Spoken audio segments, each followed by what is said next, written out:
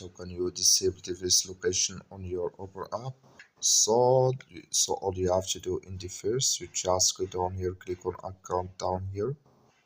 When you just click here on account, so then it's going to take you to this list. It's going to show for you like this.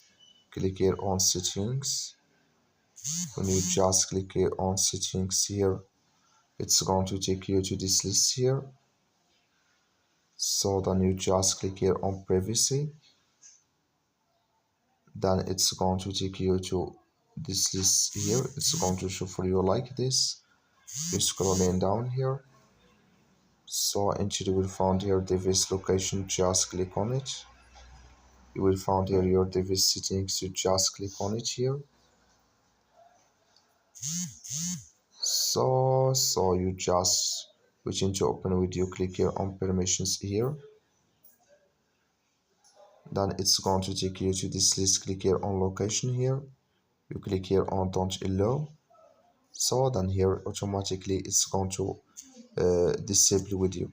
That's all. Thank you for watching. Don't forget to support us by liking and subscribe.